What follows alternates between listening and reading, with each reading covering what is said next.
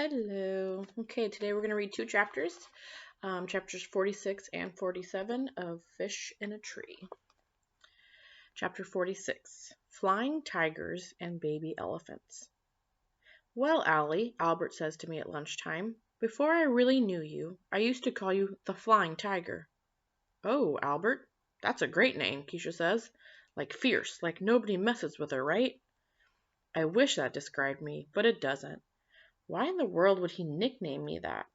I thought that Albert paid more attention to things. I look up and he is watching me. Well, he asks, aren't you wondering why I called you that? I shrug. It's not an insult, just my observation. I shrug again. Fine, tell me then. Before the United States entered World War II, there were a bunch of American pilots in China. They were called the Flying Tigers. They flew those planes with the shark teeth on the nose. Wait, I say, my dad and brother love those planes. He nods once as I try hard to shake out the mind movie of me on this airplane. They did not have many planes, so they would repaint them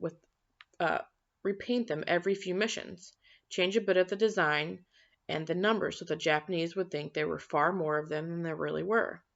I sort of know what he means.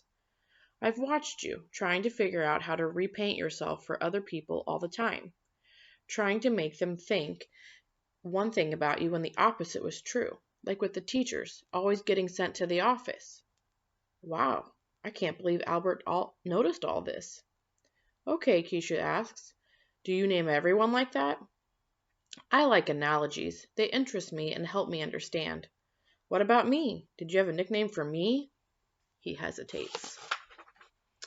Okay, Professor, spill it, Keisha says. He bites his lip. Listen, you better tell me and tell me now.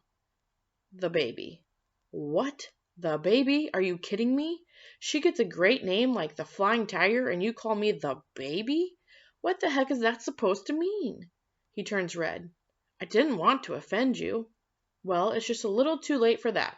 I'm going to send you into space where no man has gone before. No kidding. Is Keisha quoting Star Trek now? The girl has lost her mind. I called you the baby because you're quiet. You're taking everything in. But when you want something, you're loud about it and usually get your way pretty fast. I burst out laughing. Oh man, Keisha, that is just too perfect. She folds her arms with a bit of a but then begins to laugh too. Albert, do you have one for yourself, I ask? Well, he doesn't say no, and I know it means yes. Tell us, Keisha says. I'm the elephant. Because you're big? I ask. No, Keisha says, because he has a good memory. Elephants do have good memories, he says, but that isn't why I chose it as my symbolic name. Then why, I ask? Well, I've become a pachyderm.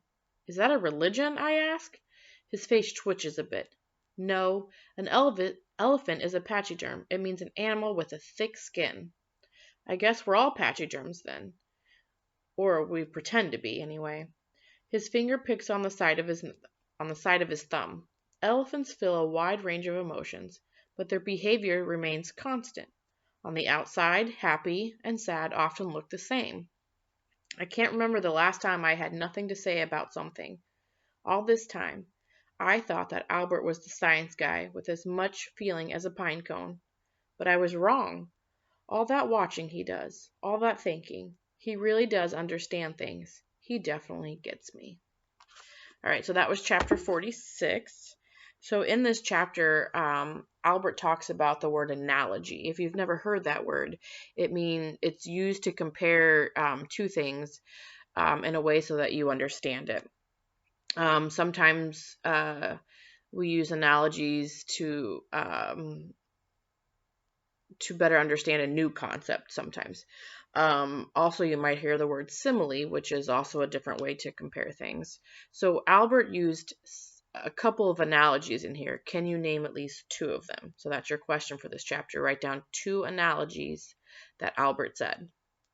If you need to, you can hit pause. When you unpause, we'll start chapter 47. Chapter 47. Great minds don't think alike. Mr. Daniels looks really happy as he makes an announcement to us one morning. Today, my Fantasticos, we are going to jump from our social studies unit and talk a little bit about some famous people. People I bet some of you know. He takes out pictures and stands them up on the tray of the board. They almost cover the length of it, and I worry that we will have a test or have to write about our favorite. Mr. Daniels seems electric. I'll say the name, and then you tell me if you know why they're famous. Deal? No. No need to raise your hands. Just call out. Wow, he's breaking the biggest teacher rule ever. He points to the first picture. Thomas Edison. Wait, I know who that is. I squeak out. He invented the light bulb. Great, Allie. But if you know, don't answer like a question. Declare your answer. I imagine myself at a podium in front of thousands of people, arms in the air, declaring my answer. What about this one? He asks. Max says, Alexander Graham Bell, who invented the telephone. I did a report on him. Most excellent work, Mr. Daniels says. The next one is George Washington. Everyone knows that one. Henry Ford, he asks. He invented the car, I declare. Well, he did begin Ford Motor Company, but he didn't invent the car. He perfected the moving assembly line, which was a very clever way to build a lot of cars fast. Oh. Allie, how do you know about these inventors? My mom bought a DVD called Schoolhouse Rock. It has a cartoon about inventors. Ah, yes, Schoolhouse Rock is awesome. Next one, Albert Einstein. He says this one like he's introducing someone on a game show. Albert raised his hand. Yes, Albert? Albert Einstein was born in Germany on March 14, 1879. He is considered the greatest human mind to ever have lived in the fields of physics, mathematics, and philosophy. He changed all of science with his ideas. My father says that the field of science was like Pinocchio as the puppet, and Einstein changed it into a real boy. Does he really? Mr. Daniels laughs. Well, that's brilliant. Is your father a scientist, Albert? Yes, sir. He named me after Albert Einstein, so I know a lot about him. Keisha whispers to him, Is that why you style your hair after him? She turns to me. That boy has never even seen a comb. Style my hair? Albert asks, confused.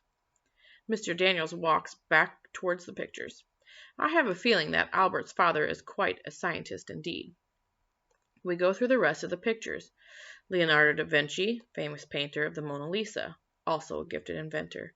Pablo Picasso, another famous painter who created modern style that no one had ever seen before. Patricia Polacco, talented illustrator and author. Whoopi Goldberg, hilarious comedian and actress. Henry Winkler, famous actor and author. Muhammad Ali, world heavyweight champion in boxing. John F. Kennedy, 35th President of the United States. Winston Churchill, Prime Minister of England during World War II. His intelligence and grit kept the Nazis from taking over England. In fact, all of these people had grit to spare. Grit. I like that word. John Lennon of the Beatles. Walt Disney, creator of Mickey Mouse. Then Mr. Daniels stands back. Don't you all agree that this is a stunning group of talent? Is there anyone here that would be willing to stand up and say that any of these people were stupid? Everyone shakes their heads. Albert gave us a great rundown of Albert Einstein. But did you know that he was kicked out of school when he was young? His report card said that he was too slow to amount to anything. He couldn't memorize the months of the year. In fact, he had trouble tying his shoes. But he was and remains one of the greatest minds we've ever seen. I remember when I had a hard time tying my shoes. Travis sat with me for a long time teaching me the baby way, where you make little bunny rabbit ears. I stare at Einstein's picture with his crazy white hair that looks like he had an accident with a light socket. How could he figure out something like time travel and not know the months of the calendar? Mr. Daniels says, some people say that John Lennon is one of the most gifted spiritual musicians ever. He walks over and points to Walt Disney. What about this guy? Did you know he was told by a teacher that he wasn't creative enough? He moves over. How about Henry Ford? He was born understanding how an engine should work. He just knew without studying it. Hey, that's like Travis. He walks towards the windows. Knew exactly how it should go together. He never went to school for it, but he was such a genius with machines. He worked as Thomas Edison's engineer for a while. He built his first car by hand by building a motor and putting it in between two bicycles. And with his idea of using a moving assembly line, he ushered in a new world. He walks back toward the board. You know what all of these people have in common? He asks the class. Then he stands in front of my desk and looks me dead in the eye. Many believe they all had dyslexia. I feel it in my gut. In fact, I feel it everywhere. He smiles a bit. That's right. As children, they struggled to read even simple words, and based on some other clues as well, most experts now believe that they had dyslexia. But of course, we know their struggles weren't because they were stupid. It's just that their minds worked differently. And thank goodness they did, because otherwise, we may not have telephones or light bulbs or stunning works of art. And he smiles. Oh, and we wouldn't have Mickey Mouse. He is quiet for a while. I think he's letting it sink in. So then, for your homework, I have an extra credit assignment. He turns on the smartboard and then starts writing. Okay, so I have to show you this part. So this is what he wrote on the smartboard. See all that gibberish it looks like? The class is already complaining that they can't read it, complaining that it makes no sense. It's a code, he says. Each letter stands for another. Extra credit for anyone who can crack it. It isn't exactly like writing with reading with dyslexia, but it will give you a taste of how hard it is, how long it takes. Then he looks at me, and how smart you have to be to persevere. He dismisses us, and everyone starts to get ready to go home. But I'm still staring at the pictures of all those famous people and wondering if they felt like me when they were young. Did they feel stupid? Did they wonder what would become of them? Mr. Daniels squats down next to me. Allie, although the room is loud, it's like the sounds are far away. Are you okay, Allie? Mr. Daniels asks. I turn to him and have to clear my throat before speaking. It's true? All those people there? All those people couldn't read like me? Indeed, he says, smiling. Not that they couldn't read, they just needed to learn a different way, that's all. He puts an oval-shaped piece of metal in front of me. This is a paperweight, he says. It's a gift for you. For me? Yes, look. He points at each word as he reads them. Never, never, never quit. Winston Churchill. I pick it up. It's heavy. I'm not giving it to you as a reminder because I know that you will keep at it. I've really gotten a sense lately of how hard you've worked to learn what you have. And, he says, laughing, you fooled a lot of smart people, so how smart does that make you? I swallowed hard. I'm giving it to you because I want you to know that I've noticed, and that you're going to be okay, Allie. Better than okay, actually. My head swims with all that's changed with me and with school. All right, so that's chapter 47. That was a pretty powerful chapter. And everything that Mr. Daniels showed his students is true. It has been linked to all of those famous people that they did have some sort of learning disability, whether it was dyslexia or some other reading issues, but they did have a lot of trouble in school.